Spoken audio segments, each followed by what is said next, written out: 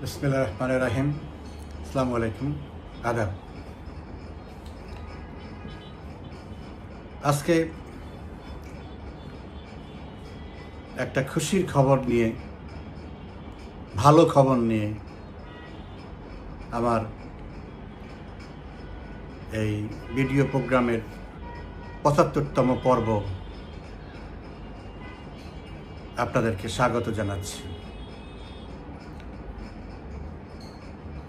গত ৭৫টি অনুষ্ঠান করার পরে এর মধ্যে আমি আপনাদের কাছ থেকে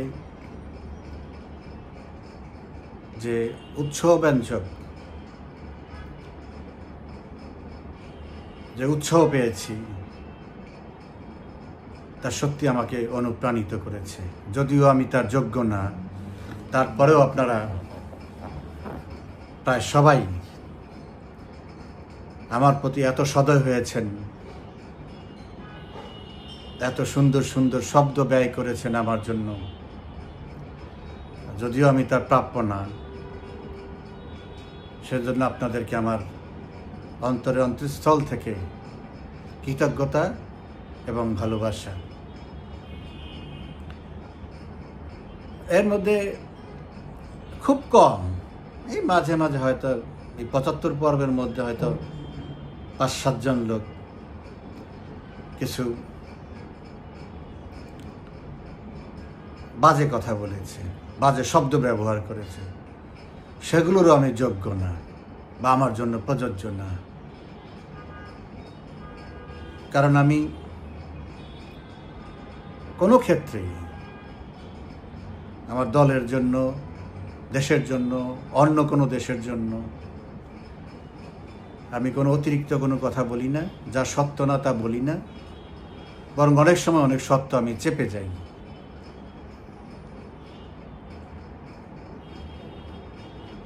তারপরেও আপনি রাস্তায় হাঁটতে গেলে অনেকেই অনেক কথা বলবে, সবার উত্তর দিতে গেলে তো আমি সামনে যেতে পারবো না। আমি যে কাজের জন্য, যে উদ্দেশ্য নিয়ে এই অনুষ্ঠান করছি তার ব্যাঘাত ঘটবে।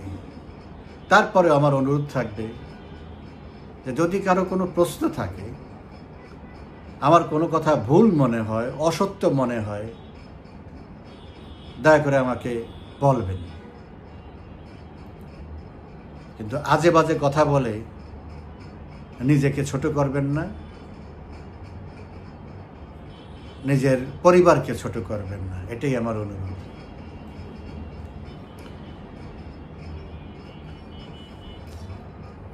ভালো খবরটা হচ্ছে, আপনারা কিছুক্ষণ আগেই আমি শুনলাম আমেরিকার প্রেসিডেন্ট ডোনাল্ড ট্রাম্প তার ট্রুথ সোশ্যালে একটি পোস্ট দিয়েছেন। সেখানে উল্লেখ করেছেন ভারত এবং পাকিস্তান উভয়ে এই দ্বন্দ্ব স্থগিত করার, আমি যুদ্ধ বলবো না, এটা দ্বন্দ্ব, একটা কনফ্লিক্ট বা সিজফায়ার এগ্রি করেছে।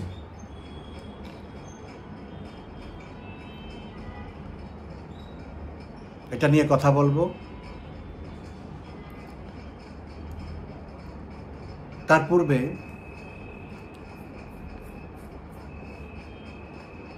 বাইশে এপ্রিলের অত্যন্ত বেদনাদায়ক ঘটনা যে কাশ্মীরে ঘটল, পাহালগাঁয়ে ২৬টি প্রাণ ঝরে গেল, তার প্রেক্ষিতে স্বাভাবিকভাবেই ভারত জবাব দিতেই হবে। কারণ এটা একটা সন্ত্রাসী কর্মকাণ্ড, এটা কোনো অ্যাক্সিডেন্ট না,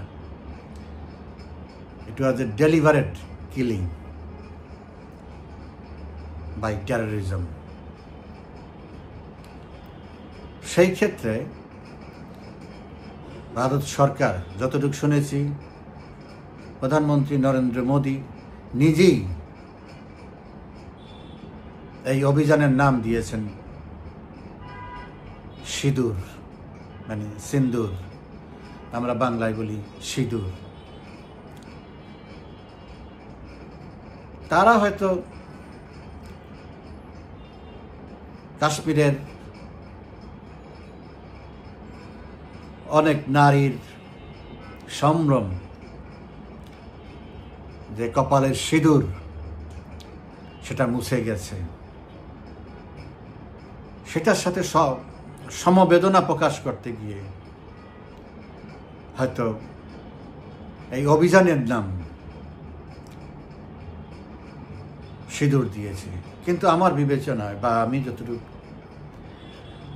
মনে করি, আমি এটার সাথে যোগ করতে চাই, সেটা হচ্ছে যে সিঁদুরকে আত্মপরিচয়, আত্মমর্যাদা এবং শক্তির প্রতীক হিসাবে আমার কাছে মনে হয়। অনেক বিশদ বিশ্লেষণ আছে, এই ছোট করে আমার কাছে মনে হয় সিঁদুর হচ্ছে শক্তি এবং মর্যাদার প্রতীক। ভারতের অভিযানটা মর্যাদাকে অক্ষুণ্ণ রাখার জন্য শক্তি প্রয়োগের উদ্দেশ্যে এই অপারেশনটা করা হচ্ছে, যার জন্যই চমৎকারভাবে নাম দিয়েছে অপারেশন সিঁদুর।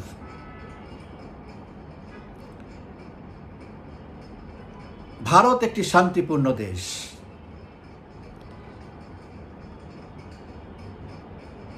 বহু বছর ধরে বা এই মানব সভ্যতার এই আধুনিক সময়ে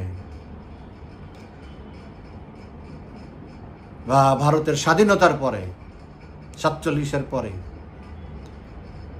ভারতের যে অগ্রযাত্রা, সেখানে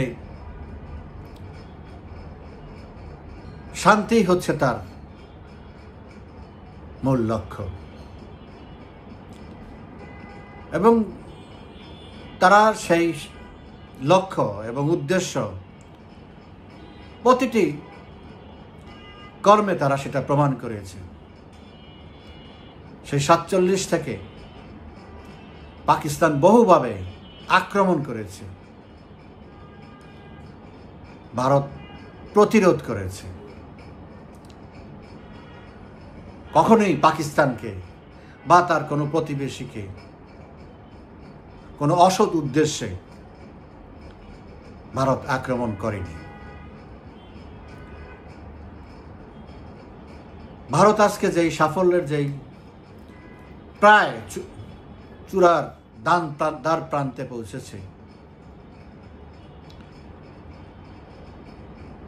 এটা তার নীতি এবং আদর্শের জন্যই পৌঁছেছে।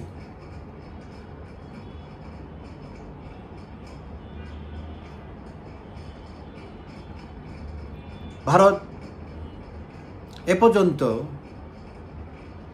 আমার দেখা 47-এর পর থেকে, জওহরলাল নেহরু থেকে এখন পর্যন্ত নরেন্দ্র মোদী পর্যন্ত যত তাদের নেতা নির্বাচিত করেছে বা নেতৃত্বে আসনে যারা বসেছেন, সে কি ছোট নেতা না ছোট দল, সেইটা বিবেচনায় না নিয়ে প্রতিটা ব্যক্তি ভারতের যেই কোর ভ্যালু, এটাকে সমৃদ্ধ করেছে এবং সারা বিশ্বে ভারতকে বড় করে তুলেছে। সবার পারফরমেন্স এক না, হয়তো বলা যাবে এক পর্যন্ত যত প্রধানমন্ত্রী এসেছে তার মধ্যে জওহরলাল নেহরু, ইন্দিরা গান্ধী, রাজীব গান্ধী, বাজপেয়ী, অটল বিহারী বাজপেয়ী, ডক্টর মনমোহন সিং, নরেন্দ্র মোদী, এরাই উল্লেখযোগ্য, এরাই সুপারস্টার। তাই বলে অন্য যারা ছিল তারা যে ভারতের ক্ষতি করেছে, ভারতকে ছোট করেছে বিশ্বের কাছে, সমাজের কাছে, মানুষের কাছে, এমন কেউ ছিল না। কারণ ভারতের রাষ্ট্রীয় নীতিটাই হচ্ছে এমন একটা ফিল্টারেশনের মধ্যে দিয়ে তাকে ওই জায়গায় বসতে হয়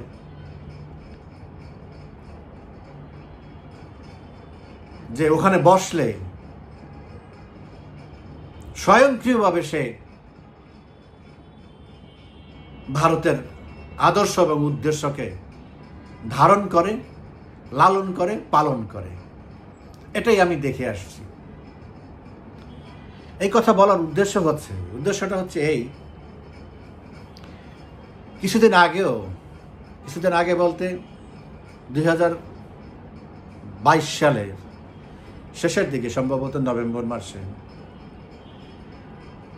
প্রধানমন্ত্রী নরেন্দ্র মোদী যখন মস্কোতে যায়,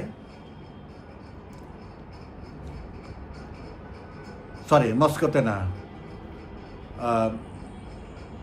আস্তানায় যায়, কাজাকিস্তানের রাজধানী। ওখানে এসসিএসসির একটা শীর্ষ সম্মেলন ছিল, এসসিএস এর একটা সম্মেলন ছিল, সাংহাই কোঅপারেশন কাউন্সিল। সেখানে প্রেসিডেন্ট পুতিনের সাথে সে যে সাইড লাইনে যে বৈঠকটা করেছে, সেখানে সে এত সম্পর্কের মধ্যেও সে বলেছে এখন যুদ্ধের সময় না, এখন শান্তির সময়, আলোচনা করে এগিয়ে যাওয়ার সময়, আলোচনা করে সমস্যার সমাধান করার সময়।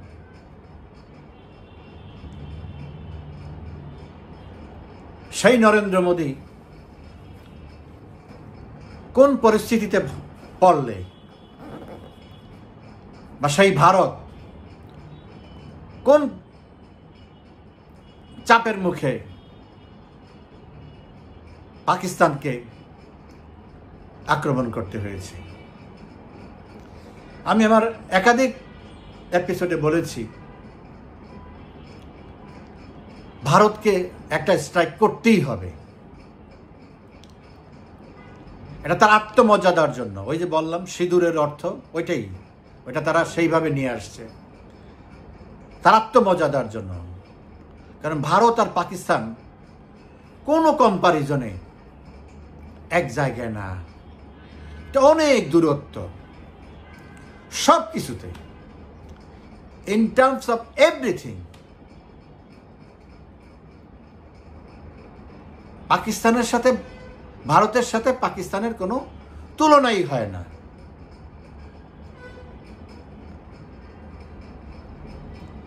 কারণ পাকিস্তান সেই পথেই নাই। ভারত যেই পথে আগাচ্ছে 47-এর পর থেকে, পাকিস্তান 47-এর পর থেকে ভাগ হয়ে যাওয়ার পরে উল্টা পথে রওনা করেছে।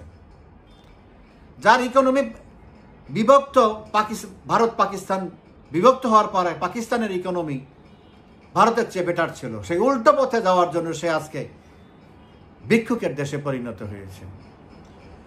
সো সেখানে economically, militarily, education, technology, civilization, এমন কোনো দিক নাই যেই দিকটার সাথে ভারতের সাথে তার কোনো তুলনা করা যায়, এমনকি বাংলাদেশের সাথেও না।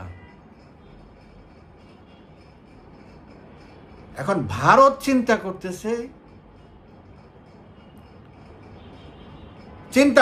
ভারত ইতিমধ্যে বিশ্ব শক্তি হিসাবে নিজেকে আবির্ভূত করেছে। অলরেডি সে ফাইন্যান্সিয়ালি 4 জনের একজন। এখন মিলিটারি রেঞ্জ তো কারো জন্যই শুভ না, কিন্তু আত্মরক্ষার জন্য তাকে সামরিকভাবে আরো শক্তিশালী হতে হচ্ছে এবং ভবিষ্যতে আরো হবে, এটি স্বাভাবিক। কিন্তু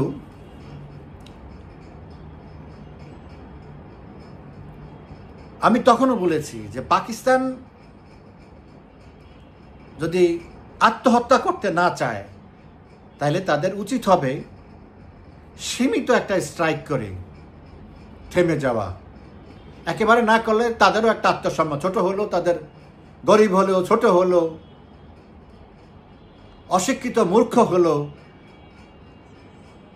মানুষ হিসাবে তো অন্তত আত্মসম্মান কিছুটা হলেও আছে। ঠিক আছে, ছোট একটা করে থেমে যাও।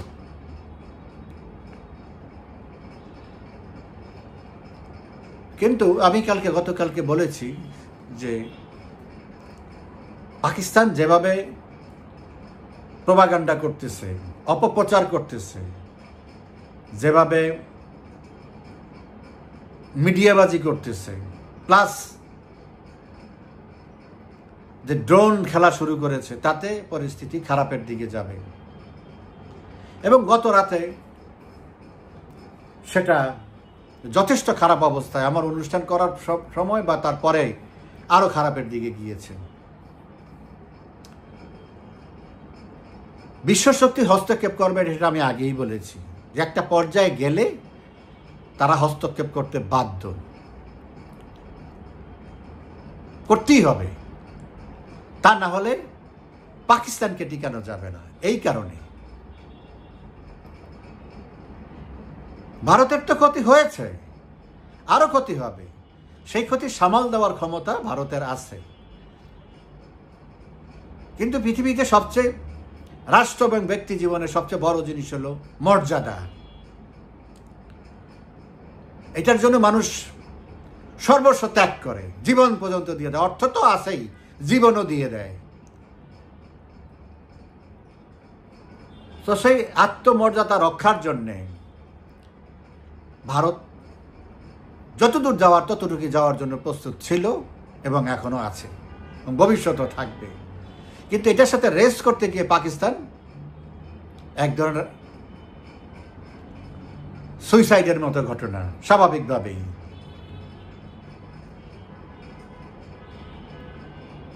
আমি সবসময় চেয়েছি এটা বন্ধ হোক, এবং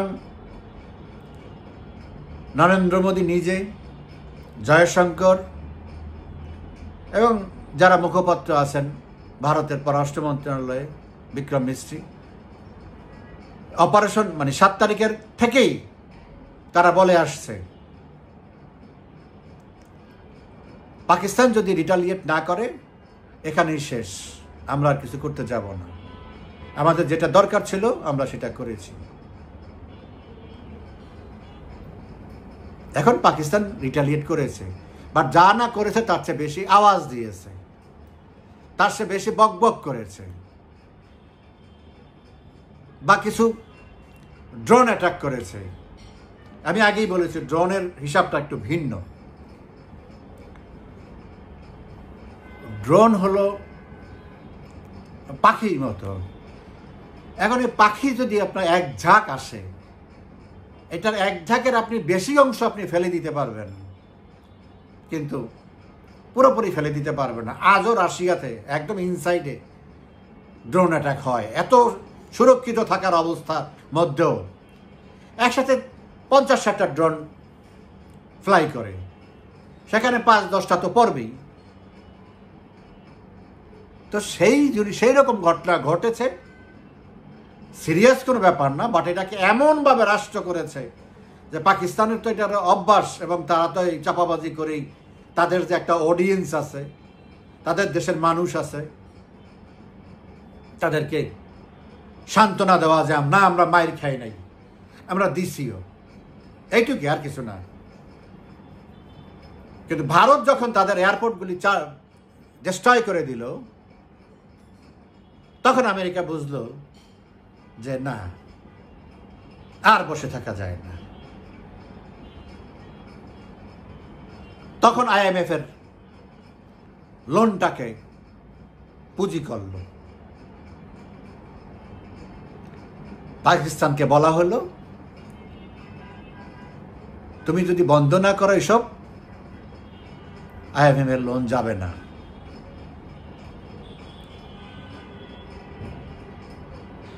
IMF এর লোন না আসলে পাকিস্তান দেউলিয়া হয়ে যাবে, এবং কয়েকদিনের মধ্যেই অলরেডি তাদের $7-8 বিলিয়ন মতো নষ্ট হয়ে গেছে। এটা কাভার করবে কিভাবে?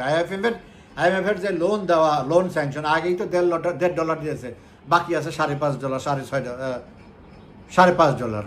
তো এটা দিয়ে তো যা ক্ষতি হয়েছে তাও কাভার করতে পারবে না, তা তো বিরাট বিপদে পড়ে গেছে অলরেডি, ফাইন্যান্সিয়ালি দে ক্রিপলড।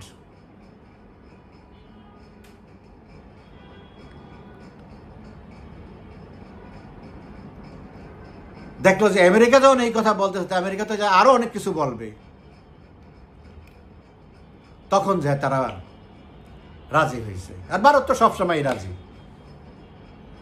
যুদ্ধবন্ধে ভারতের কোনো না নাই। কিন্তু ওই সময় পর্যন্ত তারা না বলছে, নো আমরা কোনো কথা শুনতে চাই না, যতক্ষণ না পর্যন্ত আমরা জঙ্গিদের বিরুদ্ধে ব্যবস্থা না নেব ততক্ষণ পর্যন্ত আমরা এটা কারো কথা শুনতেই রাজি না। এবং শুনেও নেই, অনেকে অনেক কিছু চেষ্টা করছে, সৌদি আরব, ইরান, আমেরিকা, চায়না সবাই চেষ্টা করছে, কিন্তু তার স্ট্রাইক সেটা করবেই। করার পরে তারপরে বলছে এখন তোমরা যাবার কোনো সমস্যা নেই আমার। সো এখন যে মধ্যস্থতা হয়েছে আমেরিকার মাধ্যমে, বলা হচ্ছে সিজফায়ার হবে। দেখি, পাকিস্তানের তো আর 100% বিশ্বাস করা যায় না। ওরা ওদের স্বার্থের জন্য, মানে ওদের মাথা গরম বা নির্বুদ্ধিতার জন্য অনেক কিছুই করতে পারে। ওদের ইন্টারনাল পলিটিক্স আছে, সেটাকে ব্যালেন্স করার জন্য। কারণ ওদের সাথে এখন আর পাকিস্তানের জনগণ নাই, এটা একটা বিরাট চমক। ওরা দেখছে যে অন্যান্য সময় পাকিস্তানে কোনো কিছু হইলেই দেশের মানুষ টকবক করে উঠেছে, কিন্তু এইবার একটা শব্দ কেউ করে নাই, হাতে গোনা 2-1 ছাড়া চুপ। পাঞ্জাবের একটা কোনো এক জায়গায় শুধু কিছু লোকে একটু ইয়ে করছে, ওই একটা স্ট্রাইকের পরে লাহোরে, তারপরে এছাড়া সারা দেশে কোথাও কোনো উত্তেজনা দেখা দেয় নাই। পাকিস্তান বুঝে ফেলছে এই অবৈধ পাকিস্তানের সরকার। সবচেয়ে বড় ক্রিমিনাল হলো আসিফ মুনির, সেনাপ্রধান। ওরা বুঝে গেছে পাকিস্তানের জনগণই তাদের সাথে নাই। সো আমি এটাও মনে করি যে এই ঘটনার প্রেক্ষিতে পাকিস্তানে বড় ধরনের একটা চেঞ্জ আসবে, পলিটিক্যাল চেঞ্জ। সেখানে হয়তো খুব অল্প সময়ের মধ্যে ইমরান খান মুক্তি পেতে পারে এবং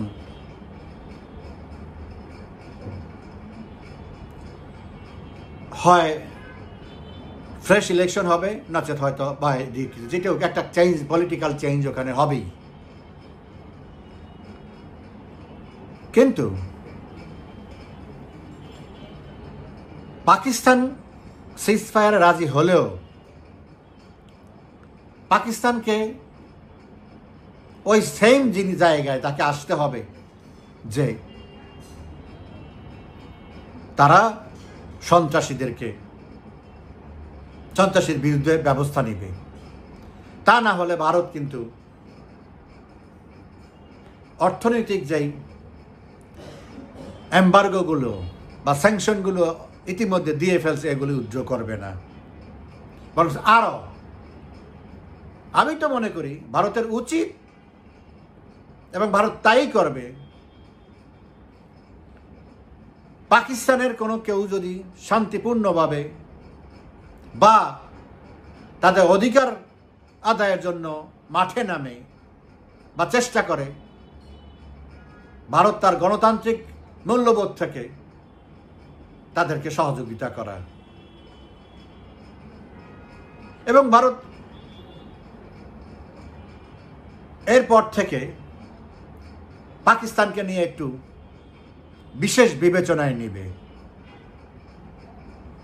এবং তাকে কিভাবে সাইজ এবং কনসাইজ করতে হয় সেটা ভারত ভালো করেই জানে। একটা সময় ভারত পাকিস্তানকে মোস্ট ফেভারেবল বিজনেস কান্ট্রি হিসাবে মর্যাদা দিয়েছিল, সেটাও বন্ধ করে দিয়েছে কিছুদিন আগে। এত কিছুর পরেও ভারত চেষ্টা করেছে যে পাকিস্তান খেয়ে পরে ভালো থাকুক, কিন্তু পাকিস্তানের কাজ হচ্ছে 2টা পয়সা হাসলেই সেটা ওই বারুদ কিনে, অস্ত্র কিনে, এটা কিনে, সেটা কিনে। তোর যত চেষ্টাই করুক ওরা কি ভারতের সমপর্যায়ে যেতে পারবে? ভারত যেখানে 85-90 বিলিয়ন ডলার খরচ করে তার সামরিক খাতে, আর পাকিস্তান খরচ করে মাত্র 10 বিলিয়ন ডলার। তো কিসের সাথে কি?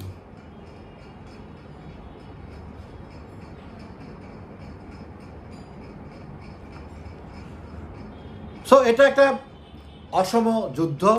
যুদ্ধ যদি হইতো, এটা একটা অসম যুদ্ধ হইতো, কারণ এখানে টেকনোলজিক্যালি ভারত এত সাউন্ড। হ্যাঁ, পাকিস্তানের অবস্থাটা হয়েছে এরকম যে ভারত হয়তো একটা পা ভাঙে দিল, তা পাকিস্তানিরা আরেক পা দিয়ে হাঁটা শুরু করবে, যুদ্ধ কর। আরেকটা পা ভেঙে দিল, 2 হাত দিয়ে আগাতে চেষ্টা করবে। হাত একটা ভেঙে দিল, 1 হাত দিয়ে বর করে দিল। 2 হাত ভেঙে দিল, সব হাত পা সব ভেঙে দিল, আর ফায়াজ করে দিল, মুখ দিয়ে বক বক করতে থাকবে। This is the core essence of Pakistan.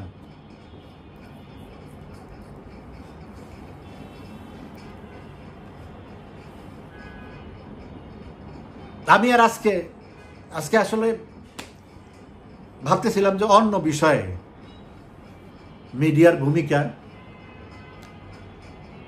Arms and ammunition and equipments, technology এবং পলিটিক্যাল ফিউচার, এই 3টা পার্ট নিয়ে কথা বলবো। যেহেতু একটা সিজ ফায়ারের এগ্রিমেন্ট হয়ে গেছে, এগ্রিমেন্ট হয়নি মানে এগ্রি করেছে, সো দ্যাট আমি আর অত ডিটেলস ওগুলির মধ্যে আজকে আর যেতে চাচ্ছি না। মানুষ না মরুক, শান্তি আসুক, এটাই আমরা চাই। কিন্তু পাকিস্তান এমনই একটা দেশ, ওদের কখনোই শিক্ষা হবে না। এই পাকিস্তান নামটা যতদিন পর্যন্ত থাকবে, ততদিন ওদের এই খাসালত কোনোদিন চেঞ্জ হবে না। অতএব এই পাকিস্তানকে 4টা টুকরো না হলে, বা ওরা নিজেরাই হবে একটা সময়ে, পাঞ্জাব, সিন্ধু, বেলুচিস্তান, সীমান্ত প্রদেশ, কি বলে খাইবার পাখতুনখাওয়া হবেই। এটা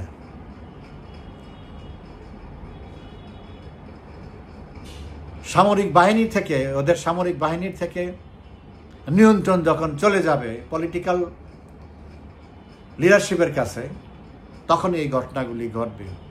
ওরা তো এখন সেনাবাহিনী দিয়ে জোর করে বেলুচিস্তানকে বুটের তলায় পিষ্ট করে রেখেছে। কয়দিন? আমি তো মনে করি না এরপরে খুব বেশি সময় নেবে বেলুচিস্তান আটকে রাখতে পারবে, কারণ স্বাভাবিকভাবে সেখানে এখন ইন্ডিয়া হাত দিবে, আফগানিস্তান হাত দিবে, আফগানিস্তান বসে আছে। So future is very gloomy for Pakistan.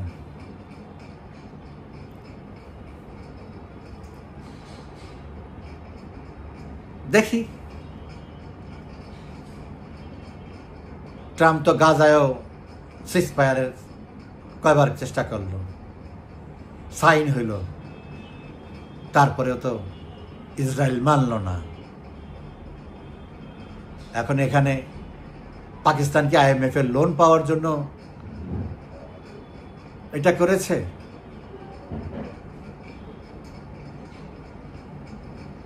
নাকি নিজেরা আরেকটু গুজগাছ করার জন্য, যে ক্ষতি হয়ে গেছে অলরেডি সেটাকে আরেকটু রিঅর্গানাইজ করার জন্য একটু সময় নিচ্ছে? এটা সামনের ভবিষ্যতেই দেখা যাবে। সবকিছুর পরে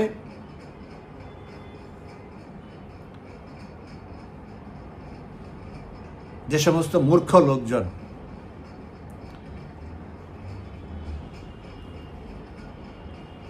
মানে অন্ধ, যারা দেশ দুনিয়া সম্পর্কে খবর রাখে না, বা রেখেও পাকিস্তানের বাইরে যারা পাকিস্তান করে, তাদের এইটুক জানতে হবে ভারত আর পাকিস্তান এক না। সেটা আবার প্রমাণ হয়েছে।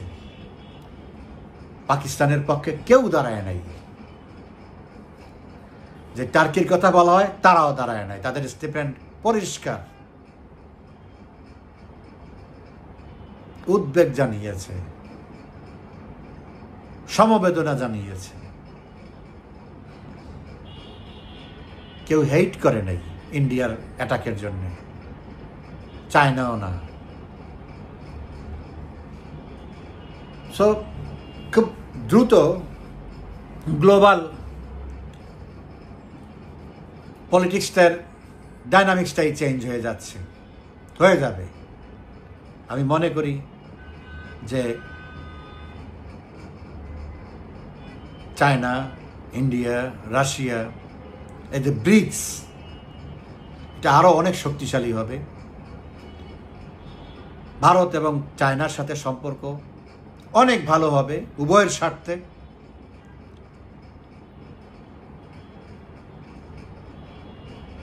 কারণ ভারত নিজেও বোঝে আমেরিকা তার বন্ধু না। আমেরিকা হলো কেস টু কেস তার পার্টনার, বিজনেস পার্টনার। ওয়ার্ল্ডে তার রিয়েল ফ্রেন্ড হলো রাশিয়া। চায়নাকে তার লাগবেই। আর চায়নাও যদি আন্তর্জাতিক বিশ্বে আরও বেশি প্রভাব বিস্তার করতে চায়, ইকোনমিক্যালি হোক, পলিটিক্যালি হোক, যেভাবেই হোক, ভারতের সহযোগিতা তার লাগবেই। ভারতের মতো এত বড় একটা দেশ, এত বড় একটা ইকোনমি পাশের বাড়িতে রেখে সামনে আগানো তার জন্য কঠিন। যেমন ভারতের তেমন চায়নার। এবং রাশিয়া হলো এখানকার মূল ক্রীড়নক। এই দুইজনকে অলরেডি একটা বন্ধুত্বপূর্ণ সম্পর্কে নিয়ে আসছে। এটা আরও বেশি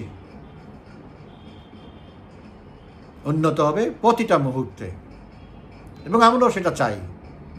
আগে পরে এশিয়া হবে বিশ্বের নেতৃত্বদানকারী মহাদেশ, এবং চায়না এবং ইন্ডিয়াই হবে এটার সমমর্যাদার নেতৃত্ব। এটাই আজকের এই সিজফায়ারের পরে ভবিষ্যৎ কামনা। ভারত এবং পাকিস্তানের সকলকে আমার আন্তরিক শুভেচ্ছা, সবার প্রতি ভালোবাসা। সবাই ভালো থাকবেন। ধন্যবাদ।